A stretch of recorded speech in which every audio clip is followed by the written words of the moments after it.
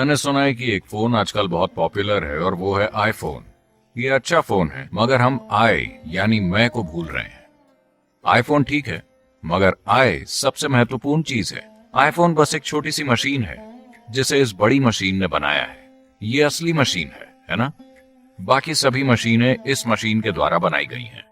अगर आप इस पर थोड़ा ध्यान दें, अगर इस मशीन को रूपांतरित करने की जरूरी समझ और जागरूकता और क्षमता आपके अंदर हो, तो आपकी जीने की क्षमता जबरदस्त तरीके से बढ़ जाएगी। तब बाहरी तकनीकें रुकावट नहीं होंगी।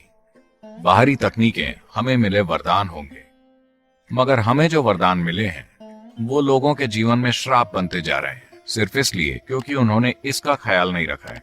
वो बस बाहरी हालात का ख्याल रखने की कोशिश कर रहे हैं। हमने बाहरी दुनिया में काफी इंजीनियरिंग की है और इसके कारण आज दुनिया में हमारे पास बहुत ज्यादा आराम और सुविधाएं हैं।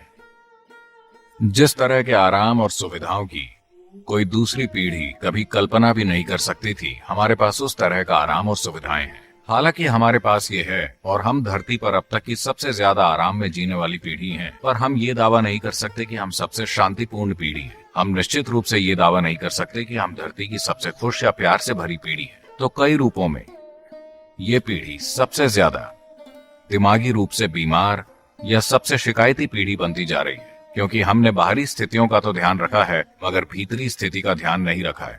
दुनिया उस तरह बन गई है जैसी हम चाहते हैं, मगर क्या हम खुद उस तरह बने हैं जिस तरह हम बनना चाहते हैं? So there is a certain way. तो अपने सिस्टम को इंजीनियर करने, इस शरीर, इस मन, हमारे भीतर की केमिस्ट्री को अपने अनुसार बनाने का एक तरीका है।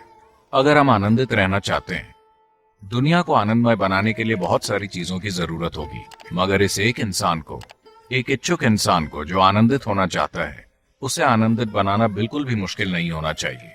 मगर ऐसा नहीं किया गया है क्योंकि लोगों ने कभी मनुष्य के काम करने की प्रक्रिया और उसे अपने मनचाहे तरीके से तैयार करने पर ध्यान नहीं दिया।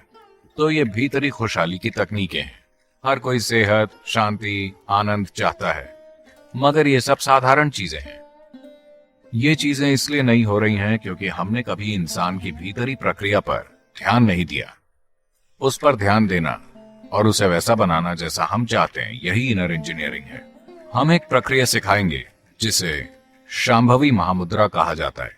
यह आपकी ऊर्जा को इस तरह जागृत करने का एक तरीका है कि 2 से 3 हफ्तों के भीतर आपके शरीर की मूलभूत केमिस्ट्री बदल जाती है। इसे लेबोरेटरी में भी मापा जा सकता है। ऐसे प्रयोग किए गए हैं कि अभ्यास के 3 सप्ताह के भीतर खून की केमिस्ट्री किस तरह बदल जाती है। इसे रिकॉर्ड किया गया है और आप अपनी केमिस्ट्री को आनंद की केमिस्ट्री में बदल सकते हैं।